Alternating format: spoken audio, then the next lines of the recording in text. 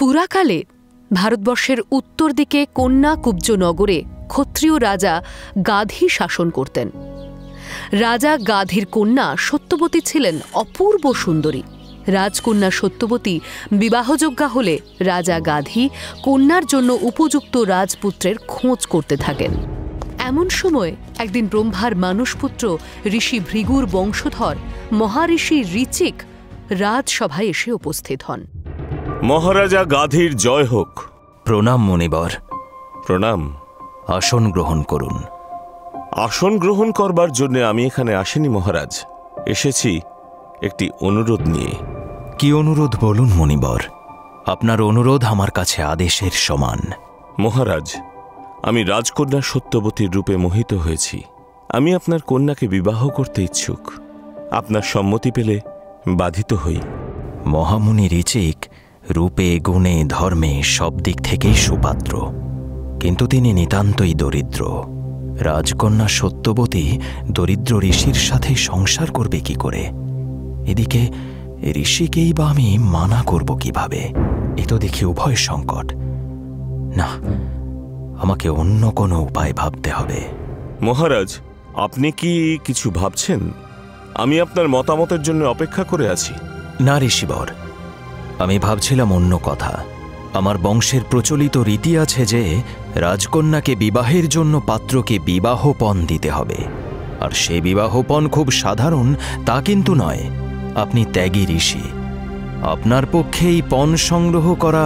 হে রাজন, আপনি পণের পরিমাণ বললে আমি তা সংগ্রহ করার প্রচেষ্টা করতে পারি।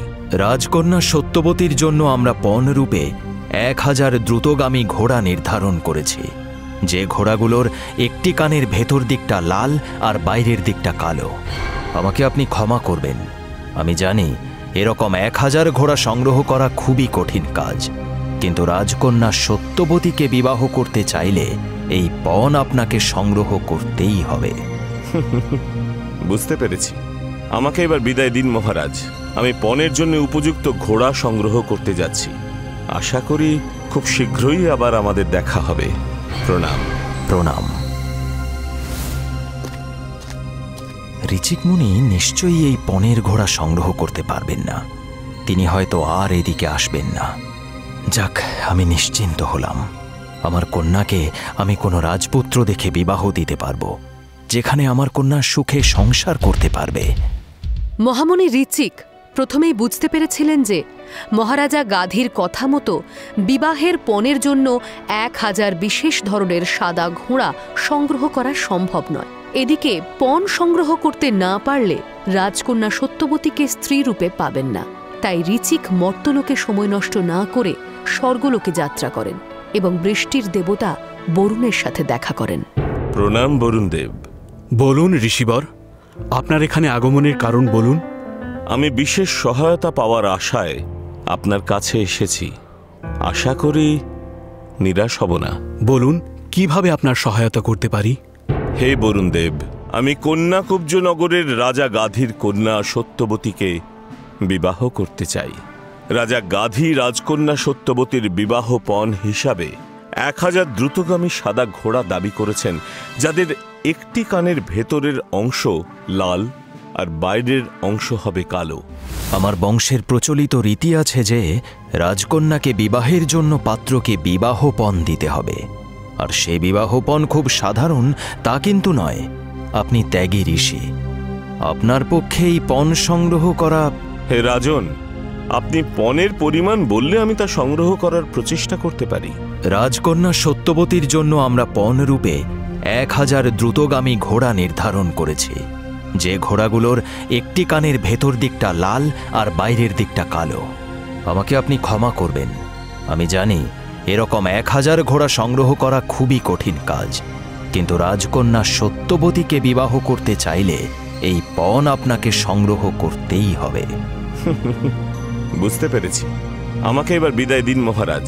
আমি পণের জন্য উপযুক্ত ঘোড়া সংগ্রহ করতে যাচ্ছি। আশা করি খুব শীঘ্রই আবার আমাদের দেখা হবে। প্রণাম। প্রণাম। অনুগ্রহ করে আপনি আমাকে এইরূপ 1000 ঘোড়া দিয়ে সহায়তা করুন। আমি সমস্ত ব্যবস্থা করে দেব, আপনি নিশ্চিন্তে ফিরে যান।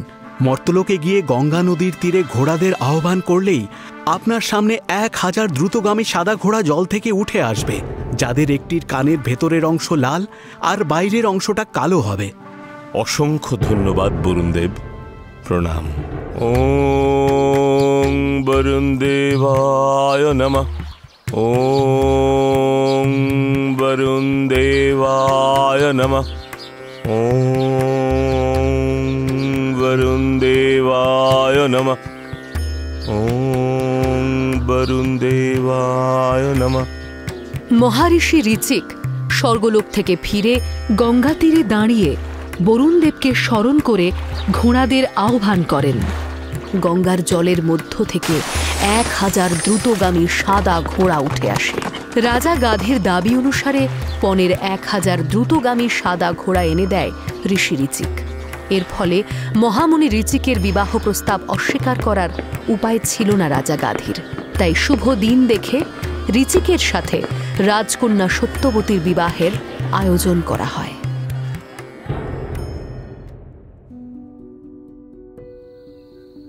আপনার জল। দাও। সত্যবতী, তুমি রাজকন্যা থেকে ঋষিপত্নী হয়েছ। যে সুখ স্বাচ্ছন্দ্য পিতার ঘরে ভোগ করে এসেছ, তার কিছুমাত্র তুমি কিন্তু এখানে পাবে না। তুমি এখানে দাসীদের সেবা পাবে না। তোমার নিজের কাজ নিজেকেই করতে হবে। এমনকি এই কুটিরের যাবতীয় কাজ তোমাকেই করতে হবে। এছাড়া প্রায় প্রত্যেক দিনই তোমাকে দারিদ্র্যের সঙ্গে লড়াই করতে হবে। স্বামী, আমি বিবাহের সাথে সাথেই পিতার ঘর এবং পিতার ঘরের যাবতীয় সুখ স্বাচ্ছন্দ্য ত্যাগ করেছি, আর আমার পতির কুটিরকেই আপন করে নিয়েছি। তাই পিতার ঘরের স্বাচ্ছন্দ্য নয়, পতির ঘর নিয়ে সুখী হতে চাই আমি। বেশ, আমি তোমার একটি ইচ্ছা পূরণ করতে চাই। বলো, বলো কি চাও তুমি? আমার নিজের জন্য কিচ্ছু চাওয়ার নেই, তবে আমার পিতার একটি পুত্র সন্তান লাভের ইচ্ছা আছে। যেহেতু আমার পিতার কোনো পুত্র সন্তান নেই, সেহেতু রাজবংশ ও সিংহাসনের জন্য আমার পিতার একটি পুত্র প্রাপ্তি খুবই প্রয়োজন।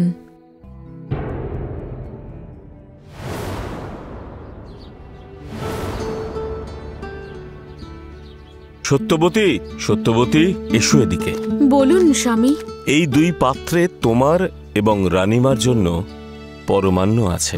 এই পরমান্ন খেলে পুত্র প্রাপ্তি হবে। এই পাত্রের পরমান্ন তুমি খাবে, আর এই পাত্রের পরমান্ন খাবেন রানীমা। যথা আজ্ঞা ঋষিবর। তুমি এখনই পরমান্ন নিয়ে রাজবাড়িতে যাও সত্যবতী, বিলম্ব করো না। যথা আজ্ঞা।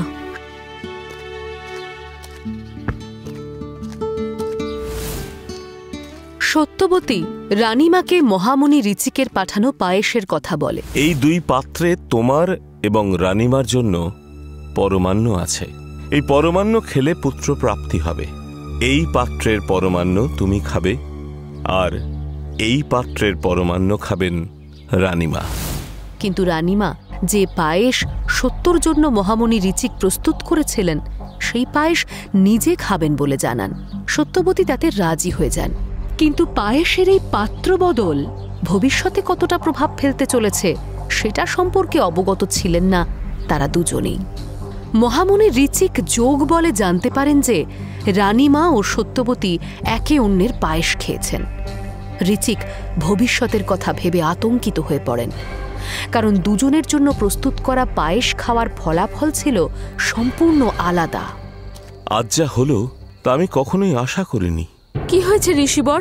আমি জানতে পেরেছি যে তোমার জন্য বিশেষভাবে প্রস্তুত করা পরমান্ন তুমি রানীমাকে দিয়েছ। অন্যদিকে রানীমার পরমান্ন তুমি খেয়েছ। তুমি জানো এর ফলাফল কি হতে চলেছে? আমি বুঝতে পারিনি ঋষিবর, আমি ভুল করেছি। এই ভুলের ফলাফল নিয়ে আমি অবগত নই। তোমার এই ভুলের জন্য আমাদের পুত্র ব্রাহ্মণ হয়েও স্বভাবে হবে ক্ষত্রিয়, আর মহারাজা গাধি ও রানীমায়ের পুত্র ক্ষত্রিয় হয়েও স্বভাবে হবে ব্রাহ্মণ। না, এইরকম যেন না হয়। আমি চাই আমাদের পুত্র বড় হয়ে যেন আপনার মতো ঋষি হয়। তার মধ্যে কোনো ক্ষত্রিয় গুণ থাকবে তা আমি চাই না। হে ঋষিবর, আপনি কিছু একটা উপায় বের করুন। আর কোনো উপায় নেই সত্যবতী। আমি চেয়েছিলাম আমার সন্তান ঋষি হবে, ঈশ্বরের আরাধনা করবে। আচ্ছা ঋষিবর, এমন যদি হয় আমাদের সন্তান নয়, তার সন্তান অর্থাৎ আমাদের পৌত্র যদি স্বভাবে ক্ষত্রিয় হয় তাহলে? তবে তাই হোক, আমাদের সন্তান আমার মতোই ঋষি হবে, আর আমাদের পৌত্র ব্রাহ্মণ হলেও স্বভাবে সে হবে ক্ষত্রিয়। মহামুনি ঋচিকের পায়েস খেয়ে রানীমা ও মহারাজা গাধী পুত্র সন্তান লাভ করেন। মহারাজা গাধী পুত্রের নাম দেন কৌশিক, যে ছোটবেলা থেকে অস্ত্রচালনা শিক্ষার থেকে শাস্ত্রপাঠে বেশি আগ্রহী ছিল। অন্যদিকে সত্যবতী ও ঋচিকের পুত্র যমদগ্নিও ছোটবেলা থেকেই শাস্ত্রজ্ঞ হয়ে ওঠে। পরবর্তীকালে ঋচিক পুত্র ঋষি যমদগ্নি নামে খ্যাতি লাভ করেন। এদিকে মহারাজা গাধীর পুত্র কৌশিক বড় হয়ে ঋষি বিশ্বামিত্র নামে খ্যাতি লাভ করেন। সেই সময় আর্য ভারতে এক বিখ্যাত রাজা ছিলেন ইক্ষ্বাকু বংশীয় প্রসেনজিৎ। রাজা প্রসেনজিতের প্রিয় কন্যা রেণুকা ছিলেন পরমা সুন্দরী ও ভক্তিমতী।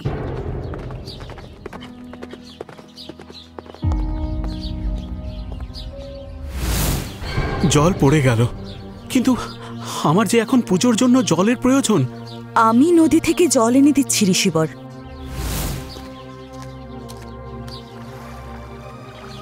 রাজা প্রসেনজিতের কন্যা রেণুকার মধ্যে ছিল এক আশ্চর্য ক্ষমতা। তিনি বালি দিয়ে পাত্র তৈরি করে সেই পাত্রে জল ভরতেন। জলের স্পর্শে বালির পাত্রের কোনো ক্ষতি হতো না। এরপর থেকেই ঋষি যমদগ্নির পূজা অর্চনা করার সময় তাকে সাহায্য করতে থাকেন প্রসেনজিৎ কন্যা রেণুকা।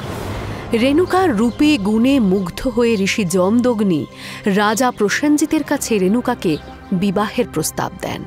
হে রাজন, আমি আপনার কন্যা রাজকুমারী রেণুকাকে বিবাহ করতে চাই। হে ঋষি, আপনার এই প্রস্তাবে আমি রাজি। আমার গুরু অগস্ত্য আমাকে পূর্বেই আদেশ দিয়েছিলেন আপনার সঙ্গে রাজকন্যা রেণুকার বিবাহ দেওয়ার জন্য। আপনি নিশ্চিন্ত থাকুন, আমি বিবাহের আয়োজন করছি। শুভ দিন দেখে রাজা প্রসেনজিৎ সানন্দে রেণুকার সাথে যমদগ্নির বিবাহ দেন। যমদগ্নি ও রেণুকার বিবাহের পর বেশ কয়েক বছর কেটে যায়। ইতিমধ্যে যমদগ্নি রেণুকা 5টি পুত্র সন্তান লাভ করেন। তাঁরা হলেন রুমনান, সুসেন, বসু, বিশ্বা বসু ও রাম। ঋষিপুত্ররা স্বাভাবিকভাবেই পুজো পাঠ, যজ্ঞ প্রভৃতির দিকে মনোনিবেশ করলেও কনিষ্ঠ রাম ছিল সব থেকে আলাদা। ঋষিপুত্র হয়েও ক্ষত্রিয়ের মতো অস্ত্রচালনায় আগ্রহ ছিল বেশি রামের। সে যেমন বেদ পাঠ করত, শাস্ত্রপাঠ করত, তেমনি অস্ত্রচালনাও করত। ভাই রাম, এখানে এসো, আমাদের সাথে যজ্ঞবেদী নির্মাণে সহায়তা করো। ভ্রাতা, আজ আমি যুদ্ধ খেলব। তোমরা যজ্ঞবেদী নির্মাণ করতে থাকো, আমি যুদ্ধে যাব। তাই ধনুক নির্মাণ করছি। ধনুক নির্মাণ হয়ে গেলেই তোমাদের সাথে যজ্ঞবেদী নির্মাণে যোগ দেব। কিন্তু আমরা তো ব্রাহ্মণ ভাই রাম, আমরা ক্ষত্রিয় নই। যুদ্ধ করা তো ক্ষত্রিয়ের ধর্ম। বসু সঠিক কথাই বলেছে, যুদ্ধ করা ক্ষত্রিয়ের ধর্ম। তুমি আমাদের কাছে এসো রাম, অস্ত্র ত্যাগ করো। না জ্যেষ্ঠ ভ্রাতা, অস্ত্র আমি ত্যাগ করতে পারবো না। থাক না ভ্রাতা, আমরা আমাদের কাজ করি। আর রাম এখন খুবই ছোট, ওর যা ভালো লাগে ও তাই করুক। বড় হয়ে নিশ্চয়ই নিজের ভুল বুঝতে পারবে।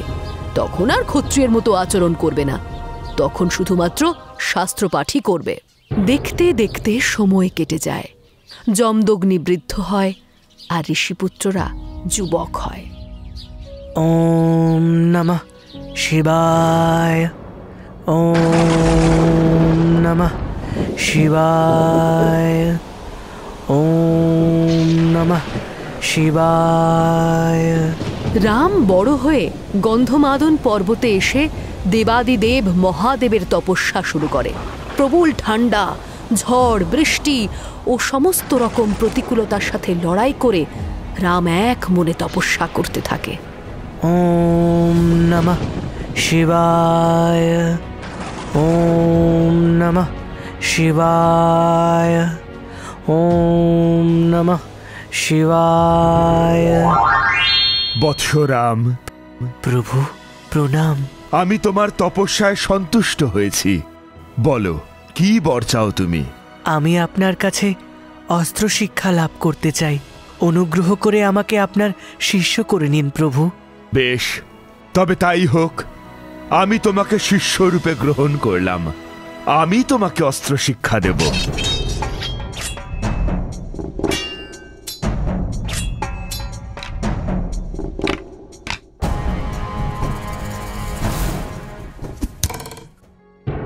বৎসরাম, আজ তোমার অস্ত্র শিক্ষা সম্পূর্ণ হলো।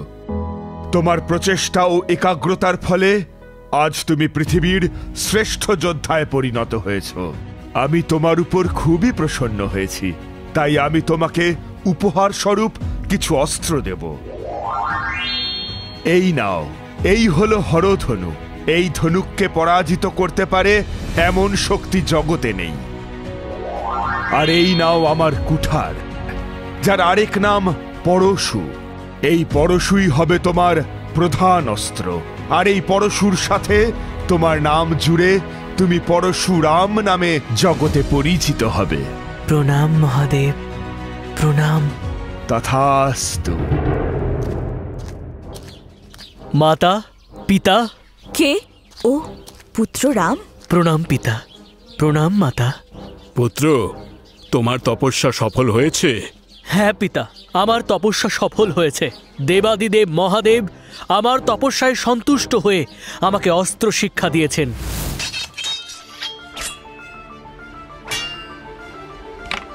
তোমার অস্ত্র শিক্ষা সম্পূর্ণ হলো।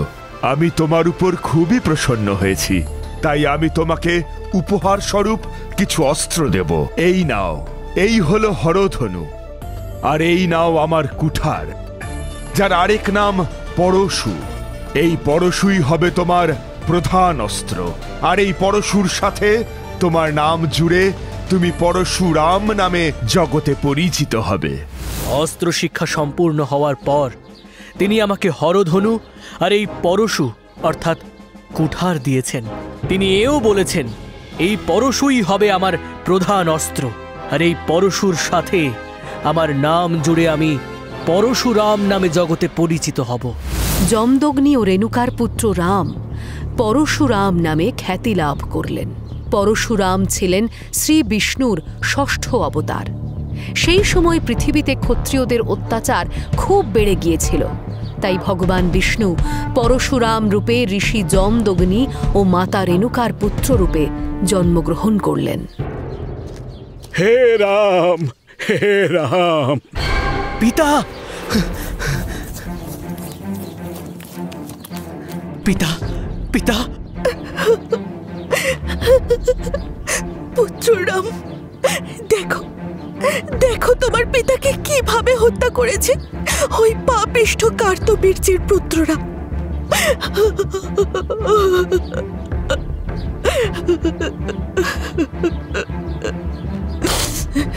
মাতা, আজ আমি পিতার মৃতদেহের সামনে দাঁড়িয়ে শপথ করছি, কার্তবীর্যের পুত্রদের আমি হত্যা করব। এই পৃথিবীকে ক্ষত্রিয় শূন্য করব। আমি ক্ষত্রিয়দের হাত থেকে রক্ষা করব পৃথিবীকে। ক্ষত্রিয় রাজা কার্তবীর্যের পুত্ররা পরশুরামের পিতা যমদগ্নিকে হত্যা করলে পরশুরাম ক্ষত্রিয়দের বিনাশ করার শপথ গ্রহণ করেন। তিনি মোট 21 বার পৃথিবীকে ক্ষত্রিয় শূন্য করেন। তারপর পূর্বপুরুষরা ক্রোধ ত্যাগ করতে বললে পরশুরাম হত্যালীলা বন্ধ করেন এবং গভীর তপস্যায় মগ্ন হন।